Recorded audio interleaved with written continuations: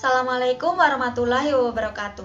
Perkenalkan kami dari kelompok 7 yang beranggotakan Hanifah Nur Karismawati dengan nomor NIM I1C021017, Sandi Tias Ayuning Safitri dengan nomor NIM I1C021071, Haidar Hafiz Fristo Fadilah dengan nomor NIM I1C021075, Tiara Azizah Firdaus dengan nomor NIM I1C021085, dan yang terakhir ada Diva Anasya Zilmi dengan nomor NIM I1C021099. Di sini kami akan mempresentasikan tentang materi destilasi. Selamat menyaksikan. Yang pertama ada prinsip dasar destilasi. Destilasi adalah teknik untuk memisahkan larutan ke dalam masing-masing komponennya. Prinsip destilasi adalah didasarkan atas perbedaan titik didih komponen zatnya. Destilasi dapat digunakan untuk memurnikan senyawa-senyawa yang mempunyai titik didih yang berbeda, sehingga dapat dihasilkan senyawa yang memiliki kemurnian yang tinggi. Berbagai jenis destilasi digunakan dalam industri untuk menghasilkan produk seperti produk turunan minyak bumi, minyak atsiri, dan alkohol. Prinsip destilasi didasarkan pada perbedaan titik didih komponen larutannya. Maka dalam proses destilasi, suhu menjadi salah satu faktor penentu. Pengukuran dan pengaturan suhu dalam suatu proses destilasi menentukan tingkat kemurnian produk destilasi yang akan dihasilkan.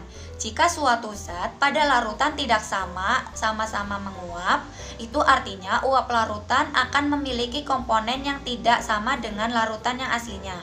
Apabila salah satu dari zat menguap, itu artinya pemisahannya terjadi secara sempurna.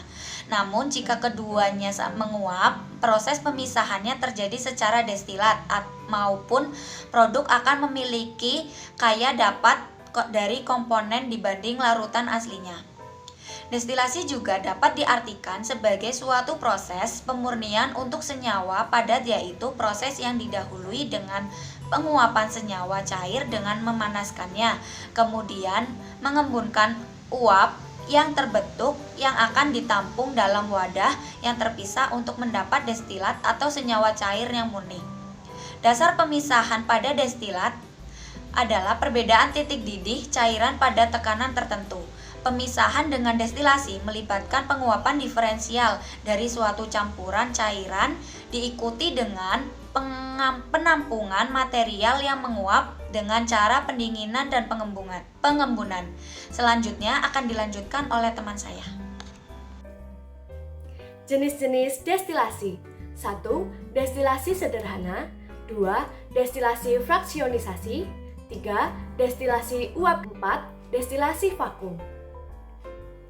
Destilasi sederhana. Pada destilasi sederhana, dasar pemisahannya adalah perbedaan titik didih yang jauh atau dengan salah satu komponen bersifat volatil. Jika campuran dipanaskan, maka komponen yang titik didihnya lebih rendah akan menguap terlebih dahulu. Selain perbedaan titik didih, juga perbedaan kevolatilan, yaitu kecenderungan sebuah substansi untuk berubah menjadi gas. Destilasi ini dilakukan pada tekanan atmosfer. Aplikasi destilasi sederhana digunakan untuk memisahkan campuran air dan alkohol. Destilasi fraksionisasi. Fungsi destilasi fraksionisasi adalah memisahkan komponen-komponen cair dua atau lebih dari suatu larutan berdasarkan titik didihnya. Destilasi ini juga dapat digunakan untuk campuran dengan perbedaan titik didih kurang dari 20 derajat Celcius dan bekerja pada tekanan atmosfer atau dengan tekanan rendah. Aplikasi dari destilasi jenis ini digunakan pada industri minyak mentah untuk memisahkan komponen-komponen dalam minyak mentah. Perbedaan destilasi fraksionisasi dan destilasi sederhana adalah adanya kolom fraksionisasi. Di kolom ini terjadi pemanasan secara bertahap dengan suhu yang berbeda-beda pada setiap platnya. Pemanasan yang berbeda-beda ini bertujuan untuk pemurnian destilat yang lebih dari plat-plat di bawahnya. Semakin ke atas, semakin tidak volatil cairannya. Destilasi uap. Destilasi uap ini digunakan pada campuran senyawa yang memiliki titik didih mencapai 200 derajat atau lebih. Destilasi uap ini dapat digunakan untuk menguapkan senyawa-senyawa dengan suhu mendekati 100 derajat dalam tekanan atmosfer dengan menggunakan uap atau air mendidih. Nah, sifat dari destilasi uap ini adalah dapat mendestilasi campuran senyawa di bawah titik didih dari masing-masing senyawa campuran. Selain itu, destilasi uap dapat digunakan untuk campuran yang tidak larut dalam air di semua temperatur, tapi dapat didestilasi dengan air. Nah, aplikasi dari destilasi uap ini adalah contohnya nih, minyak eukaliptus dari eukaliptus, minyak sitrus dari lemon atau jeruk, dan untuk ekstraksi minyak parfum dari tumbuhan-tumbuhan. Selanjutnya adalah destilasi vakum. Apa sih itu destilasi vakum? Jadi, destilasi vakum ini biasanya digunakan jika senyawa yang ingin didestilasi tidak stabil. Dengan pengertian itu maksudnya dapat terdekomposisi sebelum atau mendekati titik didihnya, atau campuran yang memiliki titik didih di atas 150 derajat Celcius. Metode yang digunakan tidak dapat digunakan pada pelarut dengan titik didih yang rendah. Jadi destilasi vakum ini tidak dapat digunakan pada pelarut dengan titik didih yang rendah jika kondensornya menggunakan air dingin, karena komponen yang menguat tidak dapat dikondensasi oleh air. Jadi untuk mengurangi tekanannya digunakan pompa vakum atau aspirator. Nah, aspirator ini berfungsi sebagai penurun tekanan pada sistem destilasi vakum.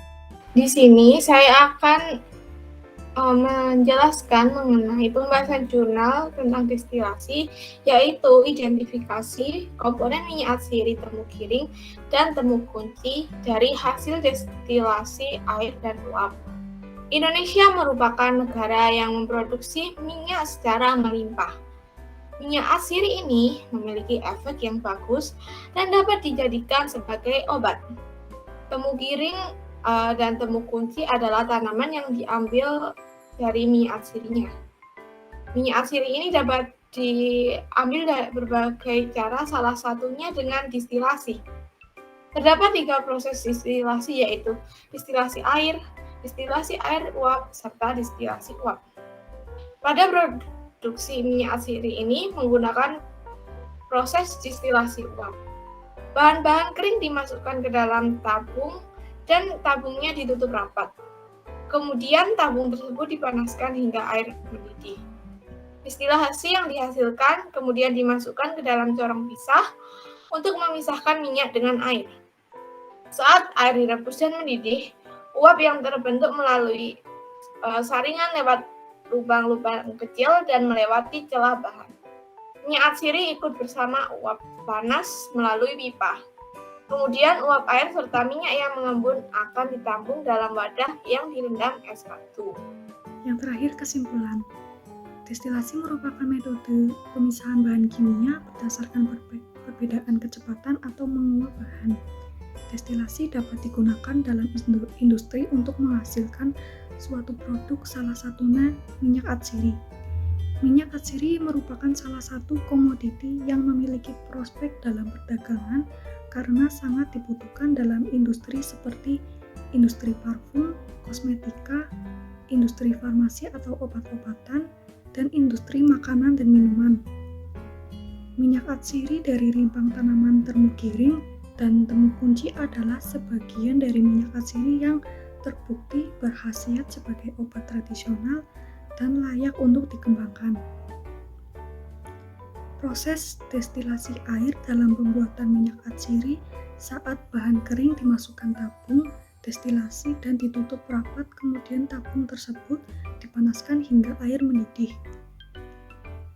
Destilasi uap saat minyak atsiri ikut bersama uap panas melalui pipa dan uap air serta minyak mengembun akan ditampung dalam wadah yang direndam es batu.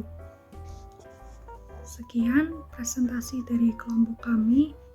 Terima kasih. Wassalamualaikum warahmatullahi wabarakatuh.